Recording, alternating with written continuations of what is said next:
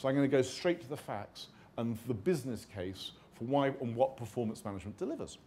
There's a wonderful professor who looks after the area of human capital management called Dr. Jack Fitz-Enns.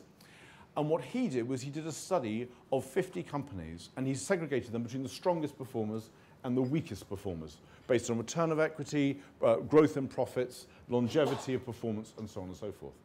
He then, having grouped them into the two groups, the stronger and the weaker performance, and there are a few in the middle that didn't quite fit either, and then looked at a whole range of factors about dynamic performance management and correlated those factors with the weaker and the stronger performers.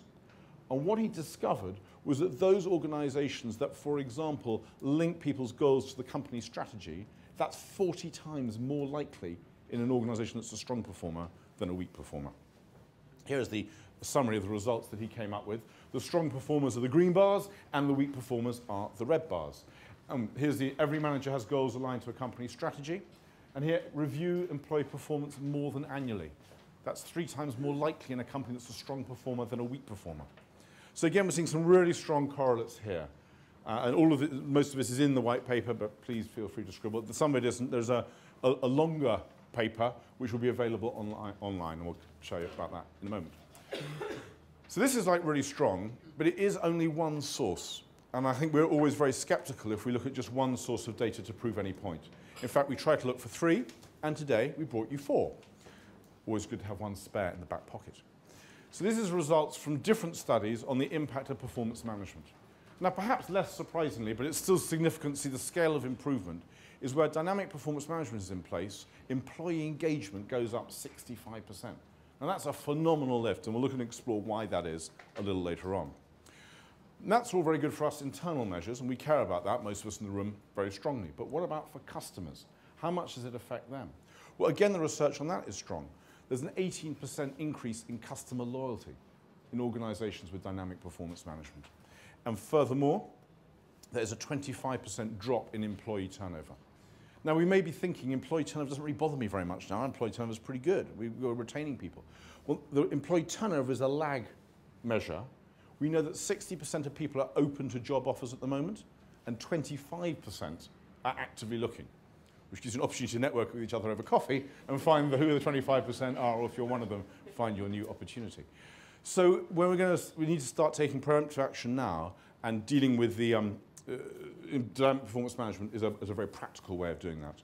A couple of other measures. Team members are perceived to perform better in a world with performance management, and productivity goes up. Straightforward, and I'll explain to you a bit more where this research comes from, a 15% increase in productivity by getting even one of the elements of performance management in place. So there's a really strong business case for delivering commercial value by having dynamic performance management. So if the case is so strong, why haven't we all got it? Or why haven't we got it in a way that gives us these benefits? And I suspect most of us look at these benefits and go, you know, I'm probably not getting those results out of the way that we do performance management here. And we, in our research, found 5 reasons that seemed above all to be the reasons why performance management is not delivering these results. The first of these links back to Jack Fitz-Enns' point about the link between goals and corporate strategy. There's quite a murky relationship between strategy, rewards, goals, development, career path. All these things are out there, but for most individuals, it's quite hard to see how they link together. So bringing those together is definitely one of the challenges that people face. A second one, and this one may be familiar to many, is the lack of courage in having those conversations about performance. We know, for example, that 75% of us think we're above average. Bit of a problem. 90% of us think we're above average drivers. Why I'm always driving next to the other 10%, I don't know. So there's a challenge here in how do we have a conversation with someone about performance when their expectations are far higher. Now, this is particularly true of Generation Y, where there's been far more sense of praise and positive reinforcement, that any criticism can be taken as tremendous offense. And in a world where employee turnover is going up and people are moving from one job to another, the prediction now is that someone who graduates today will do between 12 and 14 jobs by the time they get to 38 years old, which is like one job a year pretty much, which is a frightening projection. If you imagine it takes 9 months to get good at a job and then 3 months to find the next one, people are starting to search just as long as they got good at the current one. So there's a challenge here. The third one is focusing on the policing of the process rather than the conversations. I was talking to a head of HR the other day, and I said, how's your performance management going? And she said, it's going really well. We got 78% of the goals submitted on time. I'm like, that's a great measure, but it's not telling us the things that we need to get right in order to deliver those commercial benefits that we just looked at. So we focus on the process, we focus on sticking with the systems, we have incredibly clever technology that delivers this, but we're not having the right conversations. The next one is that people feel uninspired. Now, the performance conversation should be the best moment of the week or the month or the year. It's the chance when I realize what I can go out and do, what I'm capable of, and what I can do to change in order to get there.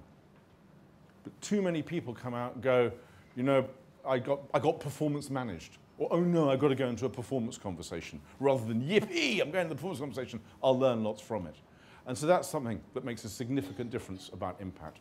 And the final point is where responsibility lies. And I'm sure many of us in this room feel that responsibility lies and sits with HR. It's a bit like saying about your website that it's a shame we haven't got enough traffic, I blame IT. Yes, IT do quite a lot with the website, but they're not really responsible for driving the traffic there. And we're going to talk a bit about shifting that responsibility from HR through to managers and indeed through to everybody. So hopefully that gives a sense of not only why this matters, but also what gets in the way, why we're not delivering those benefits. So what is it about and how does it work? Well, it basically consists of 5 ingredients: setting stretching goals and giving frequent, ideally fortnightly feedback, of providing consistent differentiation, and that exists in 3 forms, and I'll come to those in just a moment. A new kind of coaching called commercial coaching. I think it's interesting how the coaching world is evolving to something which is more productive and more effective. Job crafting, which is about how we flex and shape roles and play to strengths, and moving responsibility to employees.